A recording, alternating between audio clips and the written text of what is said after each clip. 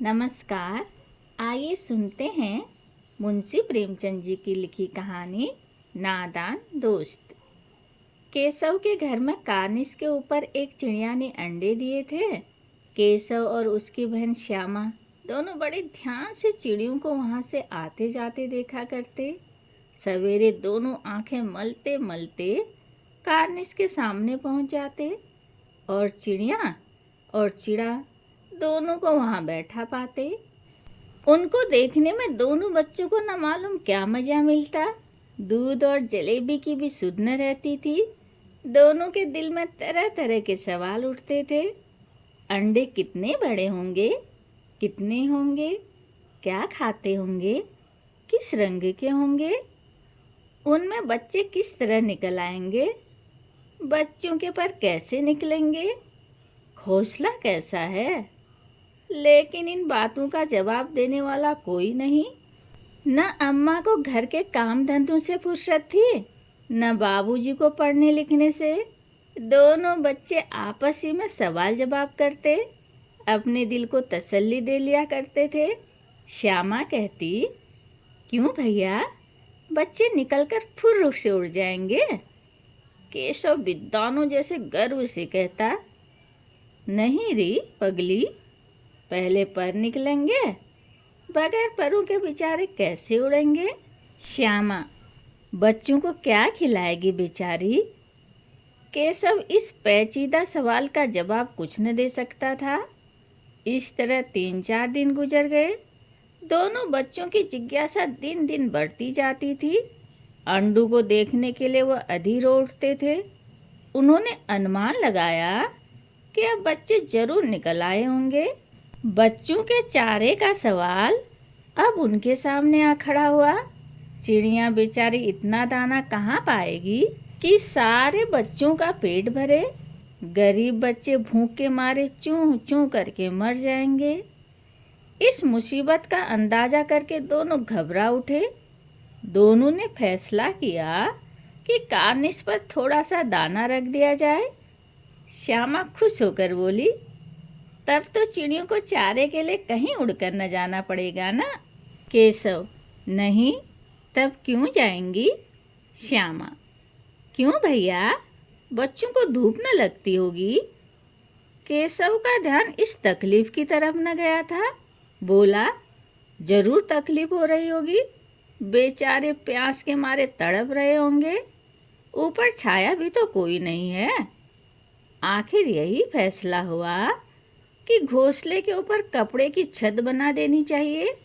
पानी की प्याली और थोड़े से चावल रख देने का प्रस्ताव भी स्वीकृत हो गया। दोनों बच्चे बड़े चाव से काम करने लगे।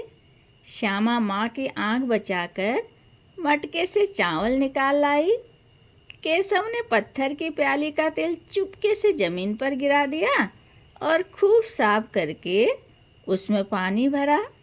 अब चांदनी के लिए कपड़ा कहाँ से आए, फिर ऊपर बगैर छड़ियों के कपड़ा ठहरेगा कैसे, और छड़ियाँ खड़ी कैसे होंगी। केशव बड़ी देर तक इसी उधेड़बुन में रहा। आखिरकार उसने यह मुश्किल भी हल कर दी। श्यामा से बोला, जाकर कूड़ा फेंकने वाली टोकरी उठा लाओ, अम्मा जी को मत दिखाना। श्यामा, वह तो बीच में फटी हुई है, उसमें से धूप न जाएगी। केशव ने झुंझला कर कहा, तू टोकरी तो ला, मैं उसका सुराख बंद करने की कोई हिकमत निकालूंगा। श्यामा दौड़कर टोकरी उठा लाई। केशव ने उसके सुराख में थोड़ा सा कागज ठूस दिया और तब टोकरी को एक टहनी से टिकाकर बोला, देख, ऐसे ही घोंसले पर इसकी आड़ दूंगा, तब कैसे धूप जाएगी। श्यामा ने दिल में सोचा, भैया कितने चालाक हैं। गर्मी के दिन थे, बाबूजी दफ्तर गए हुए थे, अम्मा दोनों बच्चों को कमरे में सुलाकर खुद सो गई थी। लेकिन बच्चों की आंखों में आज नींद कहाँ। अम्मा जी को बहकाने के लिए दोनों दम रोके आंख बंद किए मौके का इंतजार कर रहे थे। ज्यों ही मालूम हुआ कि अम्मा जी अच्छी तरह सो गई, दोनों चुपके से उठे और बहुत धीरे से दरवाजे की सिटकनी खोलकर बाहर निकल आए। अंडों की हिफाजत करने की तैयारियां होने लगी। केशव कमरे में से एक स्टूल उठा लाया, लेकिन जब उससे काम न चला तो नहाने की चौकी लाकर स्टूल के नीचे रखी और डरते हुए स्टूल पर चढ़ा। श्यामा दोनों हाथों से स्टूल पकड़े हुए थी। स्टूल की चारों टांगें बराबर न होने के कारण जिस तरफ ज़्यादा दबाव पाता था, जरा सा हिल जाता था। उस वक्त केशव को कितनी तकलीफ उठानी पड़ती थी, यह उसी का दिल जानता था। दोनों हाथों से कानिस पकड़ लेता और श्यामा को दबी आवाज से डांटता, अच्छी तरह पकड़ वरना उतरकर बहुत मारूंगा। मगर बेचारी श्यामा का दिल तो ऊपर कार्निस पर था। बार बार उसका ध्यान उधर चला जाता और हाथ ढीले पड़ जाते। केशव ने ज्यों ही कार्निस पर हाथ रखा, दोनों चिड़ियां उड़ गई। केशव ने देखा कार्निस पर थोड़े से तिनके बिछे हुए हैं और उन पर 3 अंडे पड़े हैं। जैसे घोंसले उसने पेड़ों पर देखे थे, वैसा कोई घोंसला न था। श्यामा ने नीचे से पूछा, कै बच्चे हैं भैया? केशव, 3 अंडे हैं, अभी बच्चे नहीं निकले। श्यामा, जरा हमें दिखा दो भैया, कितने बड़े हैं? केशव, दिखा दूंगा, पहले जरा चिथड़े ले आ, नीचे बिछा दूं। बेचारे अंडे तिनकों पर पड़े हैं।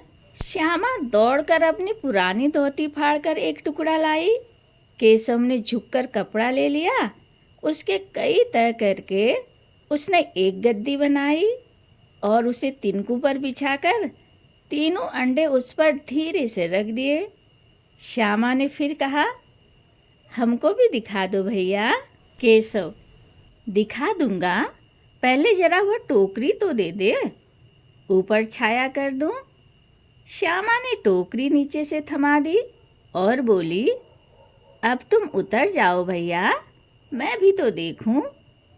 केशव ने टोकरी को एक टहनी से टिकाकर कहा, जा दाना और पानी की प्याली ले आ, मैं उतर जाऊं तो दिखा दूंगा। श्यामा प्याली और चावल भी लाई। केशव ने टोकरी के नीचे दोनों चीजें रख दी और आहिस्ता से उतर आया। श्यामा ने गिड़गिड़ा कर कहा, अब हमको भी चढ़ा दो भैया। केशव, तू गिर पड़ेगी। श्यामा, न गिरूंगी भैया, तुम नीचे से पकड़े रहना। केशव, न भैया, कहीं तू गिर पड़ी तो अम्मा जी मेरी चटनी ही कर डालेंगी, कहेंगी कि तूने ही चढ़ाया था। क्या करेगी देखकर? अब अंडे बड़े आराम से हैं, जब बच्चे निकलेंगे तो उनको पालेंगे।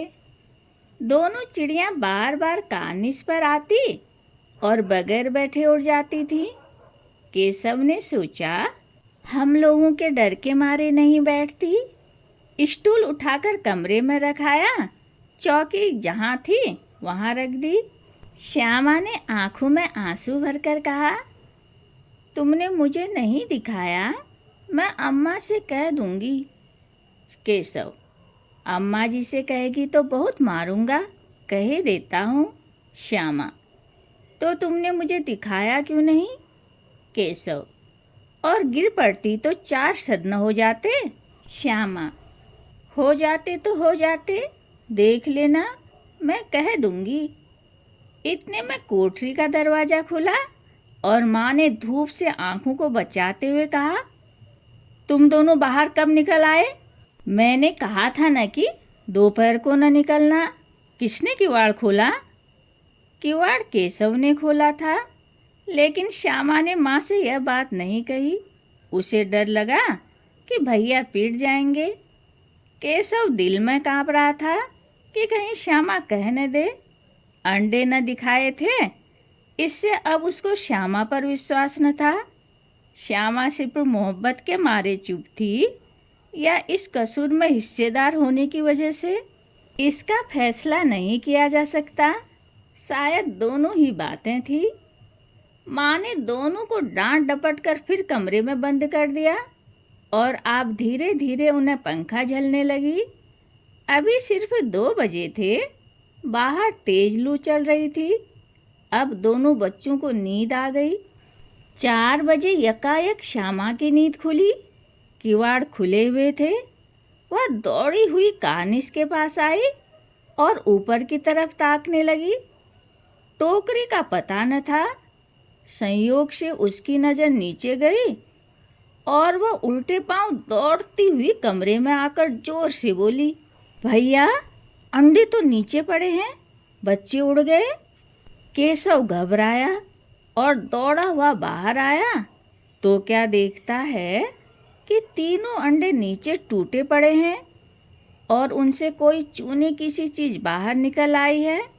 पानी की प्याली भी एक तरफ टूटी पड़ी है। उसके चेहरे का रंग उड़ गया। सहमी हुई आंखों से जमीन की तरफ देखने लगा। श्यामा ने पूछा, बच्चे कहाँ उड़ गए भैया? केशव ने करुण स्वर में कहा, अंडे तो फूट गए। और बच्चे कहाँ गए भैया? केशव, तेरे सर में देखती नहीं है, अंडों से उजला उजला पानी निकल आया है। वही 2-4 दिन में बच्चे बन जाते। माँ ने सोटी हाथ में लिए हुए पूछा, तुम दोनों वहाँ धूप में क्या कर रहे हो? श्यामा ने कहा, अम्मा जी, चिड़िया के अंडे टूटे पड़े हैं। माँ ने आकर टूटे अंडों को देखा और गुस्से से बोली, तुम लोगों ने अंडों को छुआ होगा। अब तो श्यामा को भैया पर जरा भी तरस न आया। उसी ने शायद अंडों को इस तरह रख दिया कि वह नीचे गिर पड़े। इसकी उसे सजा मिलनी चाहिए। बोली, इन्होंने अंडे को छेड़ा था अम्मा जी। माँ ने केशव से पूछा, क्यों रे? केशव भीगी बिल्ली बना खड़ा रहा। माँ, तू वहाँ पहुँचा कैसे? श्यामा, चौके पर स्टूल रखकर चढ़े अम्मा जी। केशव, तू स्टूल थामे नहीं खड़ी थी। श्यामा, तुम्ही ने तो कहा था। माँ, तू इतना बड़ा हुआ, तुझे अभी तक इतना भी नहीं मालूम कि छूने से चिड़िया के अंडे गंदे हो जाते हैं। चिड़िया फिर उन्हें नहीं सेती। श्यामा ने डरते डरते पूछा, तो क्या चिड़िया ने अंडे गिरा दिए अम्मा जी? माँ, और क्या करती बेचारी? केशव के सिर इसका पाप पड़ेगा। हाय हाय, जाने ले ली दुष्ट ने। केशव रोनी सूरत बनाकर बोला, मैंने तो सिर्फ अंडों को गद्दी पर रख दिया था अम्मा जी। माँ को हंसी आ गई, मगर केशव को कई दिनों तक अपनी गलती पर अफसोस होता रहा। अंडों की हिफाजत करने के जोश में उसने उनका सत्यानाश कर डाला। इसे याद करके वह कभी कभी रो पड़ता था। दोनों चिड़िया वहाँ फिर कभी दिखाई नहीं दी। कहानी सुनने के लिए धन्यवाद।